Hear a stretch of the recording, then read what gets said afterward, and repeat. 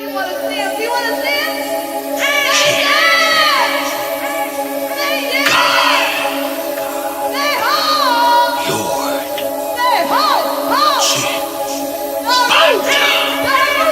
Mic check.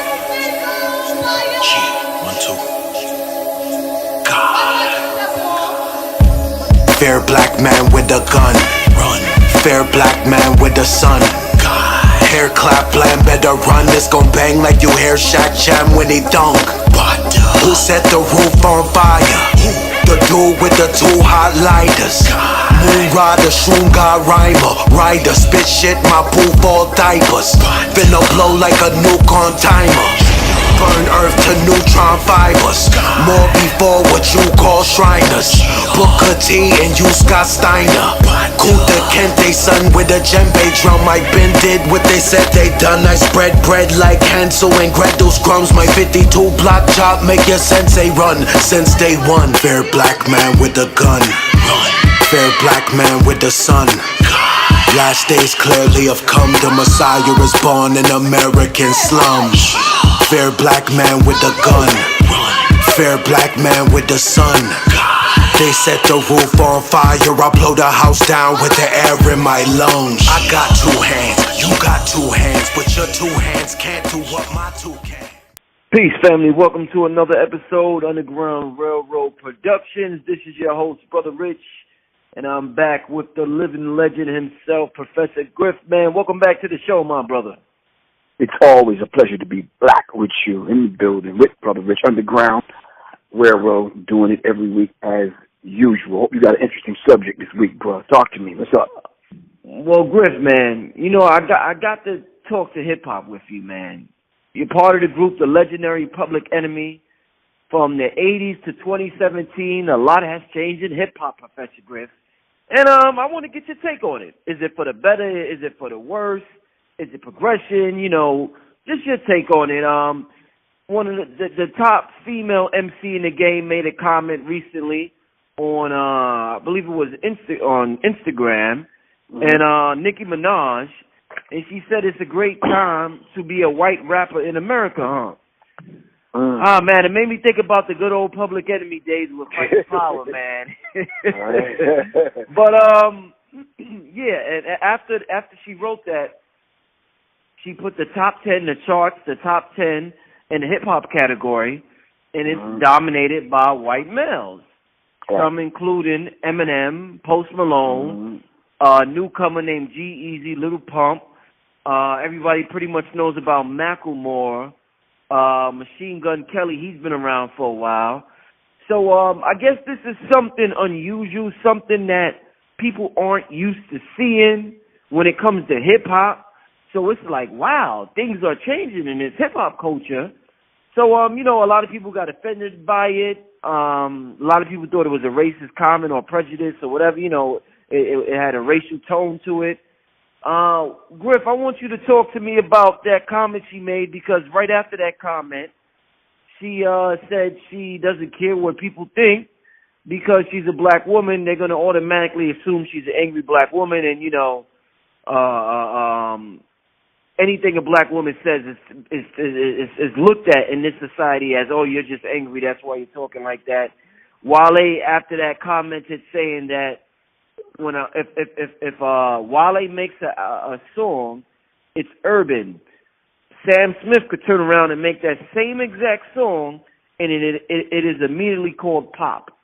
Talk to me about this pop urban thing, and why do you think white males are dominating the charts at this time, Professor Griff? Wow, just that one question speaks volumes. It's a mouthful. First of all, I want to shout out Nicki Minaj, because this is probably the first thing I've ever heard.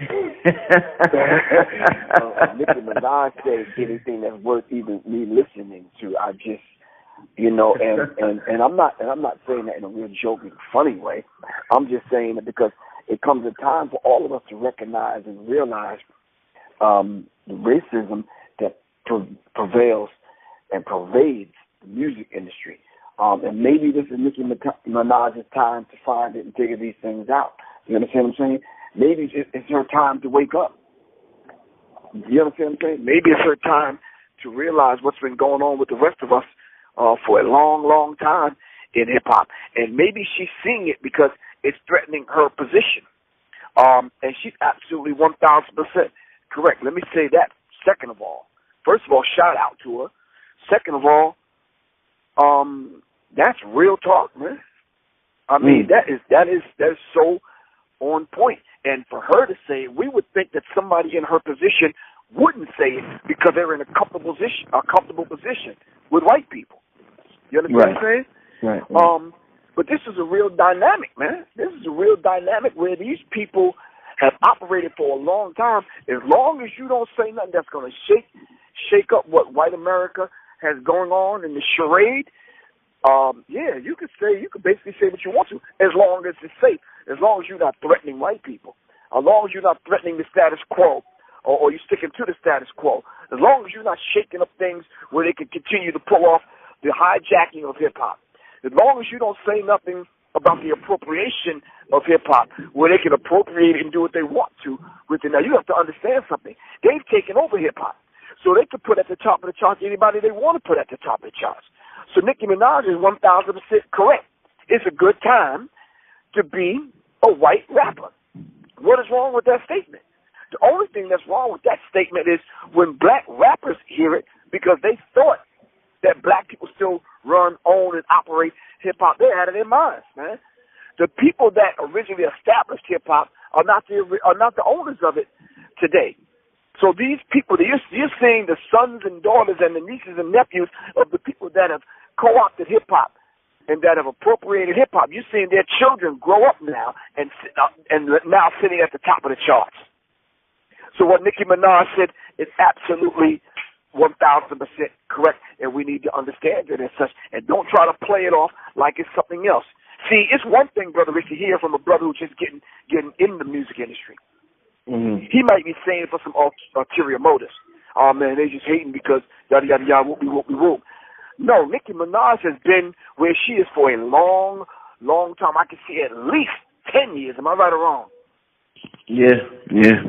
She's been sitting in that comfortable position for a long time. And now, but because, you see, she got to understand something, though, the position she's in.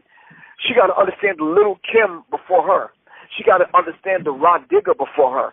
She has to understand all of the female MCs, the Latifahs before her. You understand the Roxanne Shantays before her. She got to understand all the MCs that came to Lauryn Hills before her, the Soleils before her. She has to understand the position that she's in and look at it like, wow, there's been a lot of black women in this industry, and the same thing has been going on, Nikki. You just ain't wake up until now to realize it. Or maybe she knew it all along and she was just playing the game. You understand what I'm saying? But like I said, everybody gets to that point where they got to say something sooner or later about this racism. And for them to be sitting at the top of the charts, with songs probably produced by black people, but sitting at the top of the charts with the same kind of material that black people are making all day long, it tends to speak to the racism in hip-hop music, man. And I think somebody, and Nikki ain't going to be the last one to speak on it. You understand? I'm just shocked and surprised that she spoke on it. I'm happy that she spoke on it because this is the shit that you and I have been saying for a long time. Am I right or wrong? Right. The appropriation of the culture called hip hop. So it's not a mystery. Like I said, I'm glad Nikki said it. I hope a lot of people, because Nikki said it, will listen. Now those people that gave her some pushback are probably the ones that are benefiting from white people sitting at the top of the charts. I said this in my book, The Psychological Covert War on Hip-Hop, that white people sit at the top of the charts on the Billboard Awards, on the hip-hop, in the hip-hop awards and on the hip-hop charts. Nobody would listen to Professor Griff. But now that Nikki's saying it, we find the children of some of those people sitting at the charts and giving pushback and saying that Nikki is either play-hating or she's this, that, and the other. No. Nikki woke up, and Nikki is actually telling the truth. Plain and simple. It is what it is. We can't call it nothing different. Del Jones, in his book, The Culture Bandits, called these people out and laid it out the way it should be laid out.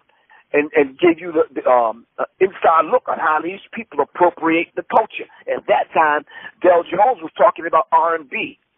That time, Del Jones was talking about jazz. Jazz was an all-black thing. You remember, Brother Rich? Now, if you look at the jazz charts, it's all white people. Del Jones at that time was talking about reggae. And slowly but surely now, you're seeing the faces and the complexion of the reggae artists changing. Slowly but surely. And I've seen the face of hip-hop change. As long as I've been in the game, the face of hip-hop is changed drastically to the point where you won't even admit it. Our children's children won't even recognize hip-hop. Mm. Let me ask you, Professor Griff. Looking at it from a different lens, a different perspective, if, let's say, Blake Shelton is a famous country singer, white guy, he's on The Voice, he's a host on The Voice. If Blake Shelton noticed that there are more black country singers coming up on the scene, and he puts up a tweet, Instagram post, whatever you want to call it, and says, "Great time to be a black country singer, huh?" Would you consider that racist, Professor Griff? Would you consider that sort of a sarcastic comment and look at him sideways because of that? I think when we talk about music that black people originated, okay. we could easily stake the claim that, for example, Brother Rich, if you look at sports now, you look at basketball, you rarely see a white guy. I don't know if you noticed that or not. Yeah, definitely. Because they made the courts longer, they made the baskets higher, and whatever black people are doing, or eating, or thinking, or feeling, or maybe it's just melanin, or maybe it's just the God in us. Whatever's going on, white guys are looking at this thing like, God damn, how can I compete?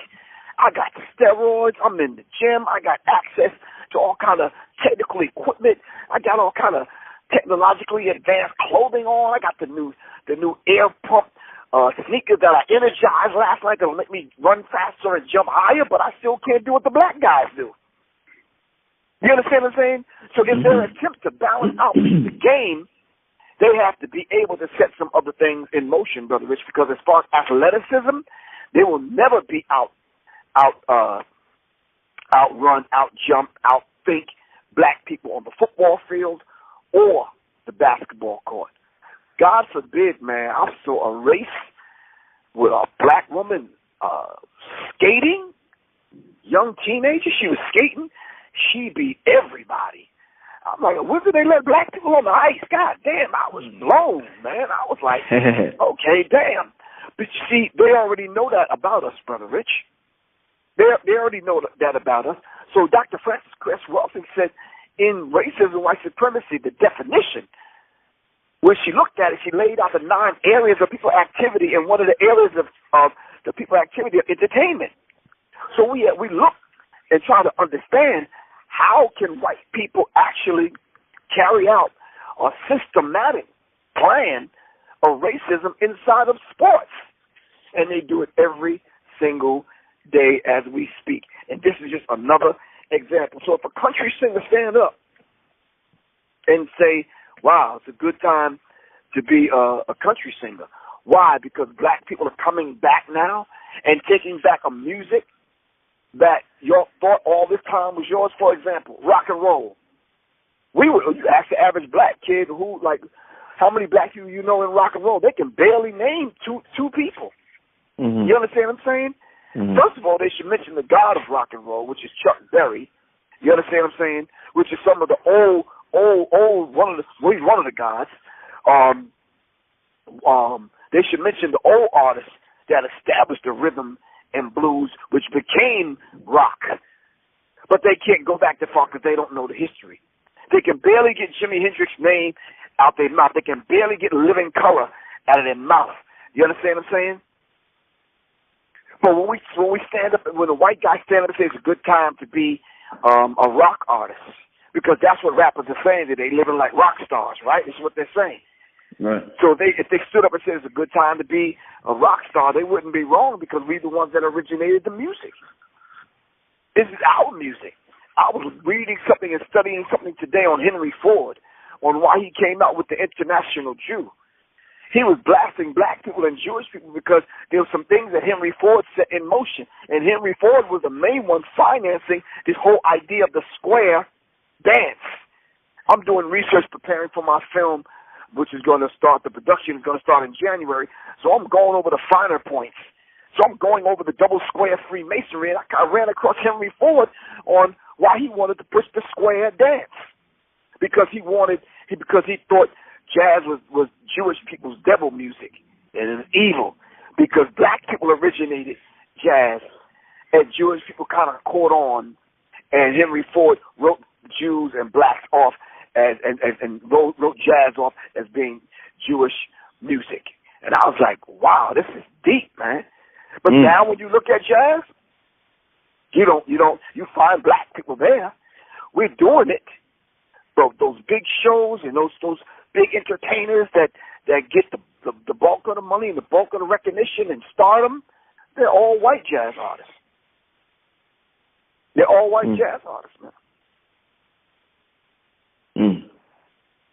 Like, we never would think that Patrice Rushen, we would think of Patrice Rushen, we think R&B.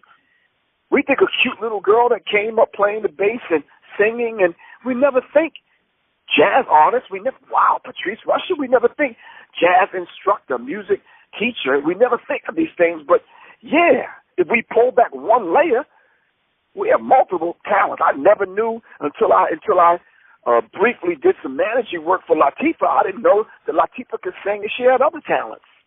You understand what I'm saying? So this is real. But I think Nicki Minaj needs to do a little bit more studying to substantiate the comment that she made, because they're going to keep clapping back. You understand what I'm saying? And most people are going to look at it like, okay, yeah, Nicki's time is up, whatever. But, her time don't necessarily have to be up. She made a statement of fact. Indeed. Do you think this, what we're seeing here from Nicki Minaj, like you said, it's kind of surprising because we never heard her say something like this? And do you think this is a result of the what people are calling the Colin Kaepernick effect? No, I would say so, yes, because I think when you find artists and entertainers and sports players that are in the position that they're in, obviously Nicki had made millions of dollars. They're saying, you've gotten into this space, you've made millions of dollars, shut up, be quiet, and be a good nigga. But now she's speaking up and speaking out. It's like now you're stepping out of line. You're stepping out of your place. Stay in your place, Nicki. This is what they're saying to her. I'm saying, hell no, Nicki, stand up like the black woman that you are and keep speaking truth to power. It's a very real thing. And I know I've been hard on Nicki. Not Nicki as a person, just that material and the vibration in that material and what she sends out to young women as far as the image is concerned. But would I stand by a Nicki Minaj in her statement that she made? Hell yeah, because it's truth. I'd be a fool not to. So it is the Colin Kaepernick effect. You're going to start seeing more and more of that. So what is wrong with Nicki Minaj making an observation from where she's sitting? Most people that are artists are not sitting where Nicki Minaj is sitting. You understand what I'm saying? So when she's talking about the Eminems and the rest of these people occupying the top 5 spots in the music industry, not a music industry, but a music genre that is supposed to be black. We're not saying no white people could be up in that space because we validated them to be up in that space. So this whole idea of Nicki Minaj having to answer people back by saying, listen, I speak my motherfucking mind. And if you don't like it, get the fuck off my page. You understand what I'm saying? And that's real. See, the real Nicki Minaj is letting me, I guess she's always been real. There's definitely no doubt about Nicki Minaj being real. I don't know about parts of her, I'm not sure about that because I've never been in that space with her. But I'm just saying, if we don't like what she has to say, stay off Nicki Minaj's page. Leave Nicki Minaj alone. Plain and simple. You don't like what she say, why don't you do the research?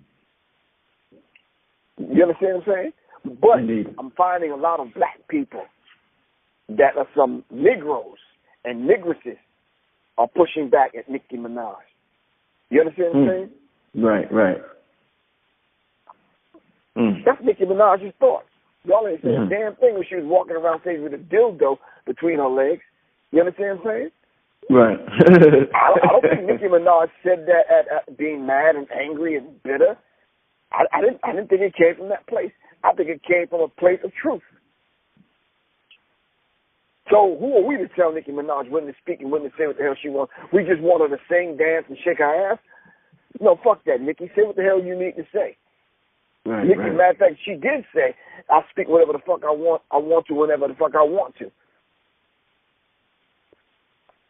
Jay, she got my vote. Say what the hell you need to say. Because guess what, Nicki? I'm going to say what the fuck I need to say. Fuck them. Plain and simple. They tried to clap back at me today for that Russell Simmons stuff. Clap all the fuck you want to. Let them clap. I'm here. Now, Griff, when we're talking about the charts, we're talking about album sales. You know, iTunes, the top of the iTunes charts, who's selling the most singles. Do you think this is not as racial as we're making it seem? It's more of white people just show more support than black people. It's not an industry conspiracy. It's just white fans are supporting, just like they support black artists more than black people. When they see a white artist that is worthy, they're going to support the white artist more. So if we want to fix this, we should get black fans to support black artists more. Do you think that's a worthy argument, Professor Griff? Yeah, of course it's a worthy argument, Brother Rich. And you use the word fix. What is it to fix? There's nothing broken, Brother Rich. And if it is broke, it's been broke for a long time, i.e. Beastie Boys, i.e. Vanilla Ice. It's been broke for a long time, i.e. Snow, i.e. Third Base. You know, I could go on and on and on with white rappers. It's been broke for a long time, Brother Rich. I don't think it's broke. Some people call it progression. I don't think it's progression. We need to call it for what it is, and Nicki called it. It's cultural appropriation, Brother Rich. If white people are the vast majority of people in this country and they outnumber us, then yeah, white people are going to outsell black people. That is just basic mathematics, man. Damn. Anybody can see that. You understand what I'm saying? That don't mean that we don't support our own. Because, you know, there's certain albums that came out recently. I listened to them. I didn't really think anything of them. But black people purchased it and black people listened. And black people blogged about it and vlogged about it and did a whole bunch of other things. It didn't really move me in the way it did. But, you know, could my vote count? Yeah, my vote counted. I didn't count anyone else's album out. I just didn't like the ones that were out. Just because you so and you made an album, that don't mean someone has to like it. If a white artist came and made a better material, okay, yeah, I would dig it. But hey, white people purchased it, white people supported it, and yeah, white people run and control the music industry.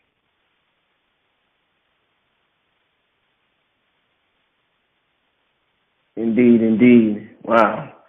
I don't think that any one of us, when we listen to music, sometimes when I hear artists, especially nowadays, well, not nowadays, over the last 5 to 8 years, I could say, Brother Rich, I got to listen real close because I don't know who they are, white, black. All of them sound alike to me.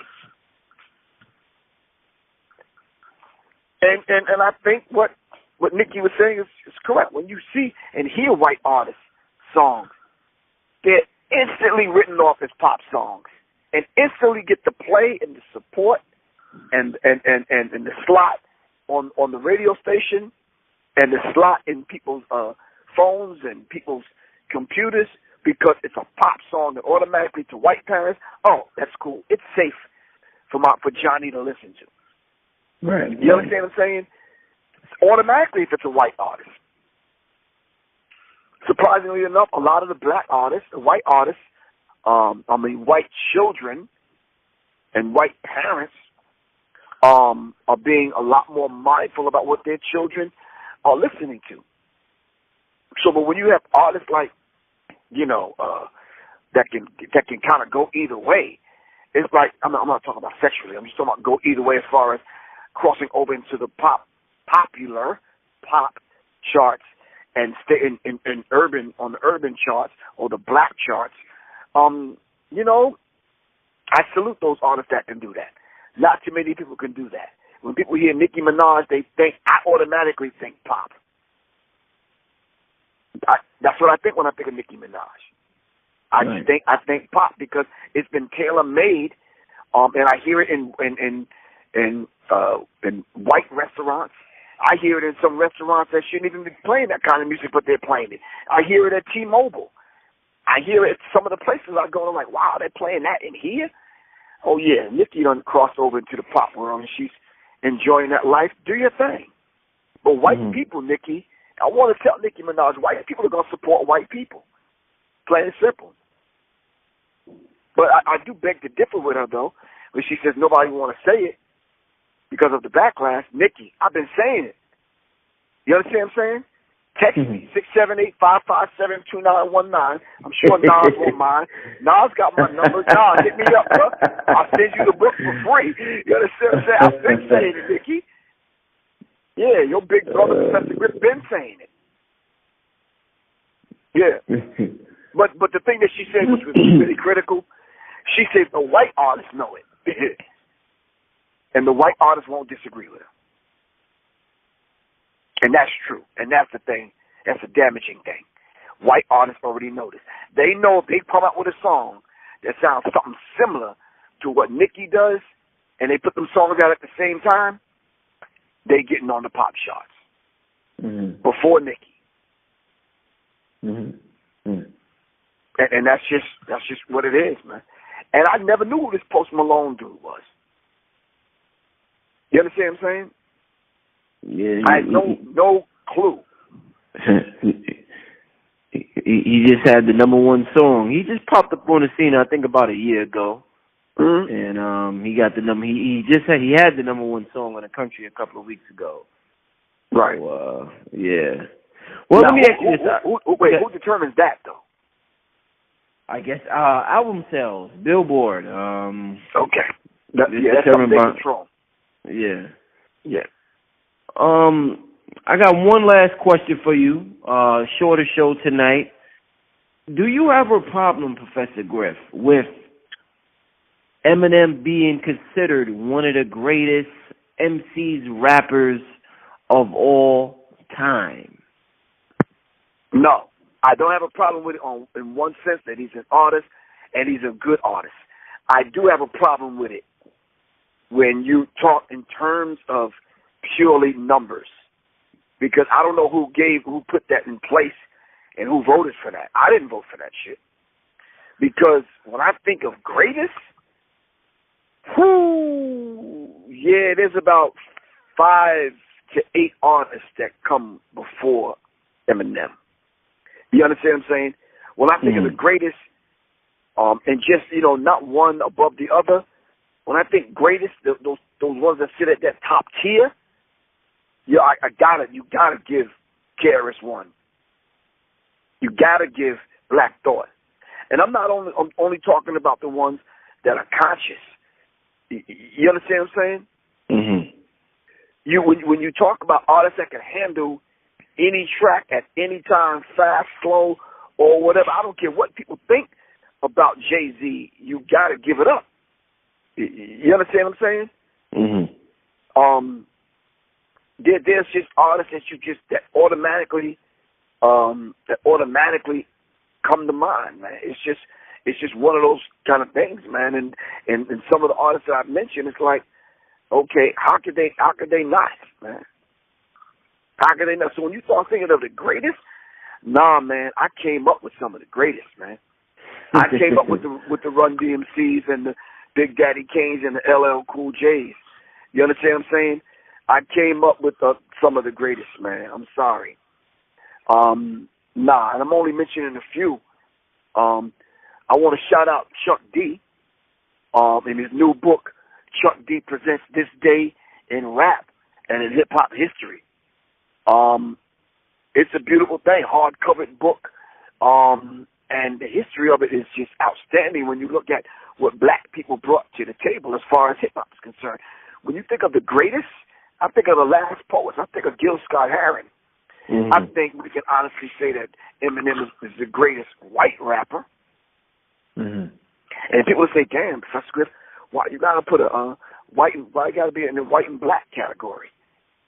I think because you got a long way to go to move some of these brothers that have came up and weren't afforded the luxury of what Eminem was afforded. You understand what I'm saying? And that's just real. I'm talking about having to grind and come up, man. How you going to talk about some of the greatest MCs and not mention Rakim? Mm-hmm. Mm-hmm. You understand what I'm saying? And automatically you knocking Rakim out the box, man. I just can't see that, man. I just can't see that. And let me be honest with you, man. I'm not mentioning a few artists. Not that I don't want to mention them. It's the fact that the list is too long because we're so diverse, man. When you could say Fushnikins and then you could turn around and say DMX. You could say Onyx and then you could turn around and say MOP. I could go all the way to the West Coast and mention some cats that came out of the West Coast, Cam and some other cats, Ice Cube and some other people. Not to mention Biggie and Tupac. You understand what I'm saying? So when you say the greatest, nah, man. You know, Royce 5'9" and some other people, man. I'm like, nah. There's some super MCs out there. And then again, there's some super duper MCs. And I'm not taking anything away from them. You understand what I'm saying? Mm-hmm. At the time Chuck D did his thing with Public Enemy, it wasn't nobody else, man, that could compare to Chuck on that level. You understand what I'm saying? Mm-hmm. And one thing that Chuck D brought to the table is the fact that he was sounding like a grown-ass goddamn man. You understand? And that's just what it is. So I'd rather not be the one to have that discussion and that argument about the greatest MC being white, black, Eminem, or anyone else. Because like I said, there's about 10 MCs that you got to push out of the way to get up in that spot, man. Plain and simple. But because they're not on the scene today, we tend to forget about them. But I don't forget about them, man. Indeed. I'm glad you don't, my brother. We all glad you don't. Oh, man. Yeah. So I guess on that note, Professor Griff, we're going to wrap it up. Leave the people your contact info and let them know what you got coming up. People can contact me directly, as always, at 678-557-2919. It's 678-557-2919. As you already know, Brother Rich, I'm starting the production on my film, The Oculus, coming up in January. I'm very excited about it. There's a few people that hit me up. There's a few people that said, listen, send me your proposal. I'm going to give you the whole 50 stacks. You understand what I'm saying? I said beautiful things. So I'm waiting on them people and a couple other people. Some Hollywood people have some interest, and some other people on the grassroots level has showed some interest, man. But The Oculus Inc. is the film. It's a documentary film based on my two books, The Psychological Covert War on Hip Hop and the book Symbology. I put together a crowdfundme page, and it is www.gofundme.com/professor-griff-film-oculus-inc. I know it's difficult, but that's the one that GoFundMe gave me. Just go to GoFundMe and put in Professor Griff's film, Oculus Inc., and it'll come up. For those people that want to send in a check, I know it's old school, but some of y'all are operating that way. Just send it to Professor Griff, P.O. Box 1190, 222 Atlanta, Georgia 30355. Or just call me at 678-557-2919. Those of us that don't even want to go to GoFundMe, somebody told me that last night. They could just straight up go to www.paypal.me/Professor Griff Corporation, and they can donate that way. Whatever you do, however you do it, donate something to make this a reality, not only for myself, but for everyone else that needs this information. All right? January is going to be, and February is going to be a critical thing for a lot of us, Brother Rich. And I think, according to these other people in their new year, we need to bring it in with a certain energy, all right? Because they're setting something in motion that we need to give just a little bit of melody pushback to. And this whole idea of stepping racism, white supremacy up to the point where they're just writing us out of history, man. And I think we need to step up, and this is an example of what Nicki Minaj said on how we need to push back, because they are writing us out of history. Nicki Minaj was just one of the ones that caught it and said basically they're going to write us out of musical history if we don't be careful. All right? All right, Brother Rich, I really appreciate you as always, good brother. People can hit me up at 678-557-2919 or just email me at seriousmindsinfo@gmail.com. My website is www.professorgriff.me. All right, Brother Rich? Indeed, man. Another great show. I want to thank you for coming on the show. I want to thank all the listeners for tuning in. Make sure you go to the Patreon page and show support. You know, with all this net neutrality thing, we don't know what's going to go down with the internet, but make sure you support independent media. www.patreon.com/blackmagic363. And what's your Patreon, Professor Griff? It's just /Professor Griff. That's it. Okay, /Professor Griff. And on that note, I want to thank everybody for tuning in. Like I said, all the PayPal supporters, we signing out, family. We're going to see you next week. Peace. Peace. So you want to see him? You want to see him? Say yes! Say yes! Say ho! Lord. Say ho! Ho! Shit. Mic check. Shit. 1, 2. God. Fair black man with a gun. Run. Fair black man with the sun. God. Hair clap plan, better run. This gon' bang like you hear Shaq Jam when he dunk. Who set the roof on fire? The dude with the 2 hot lighters. Moon rider, shroom god rhymer. Rider, spit shit, my poof all diapers. Finna blow like a nuke on timer. Burn earth to neutron fibers. More before what you call Shriners. Booker T and you Scott Steiner. Kuta Kente son with a djembe drum. I been did what they said they done. I spread bread like Hansel and Gretel's crumbs. My 52 block chop make your sensei run. Since day one, fair black man with a gun. Fair black man with the sun. Last days clearly have come. The Messiah is born in American slums. Fair black man with a gun. Fair black man with the sun. They set the roof on fire. I blow the house down with the air in my lungs. I got 2 hands, you got 2 hands, but your 2 hands can't do what my 2 can.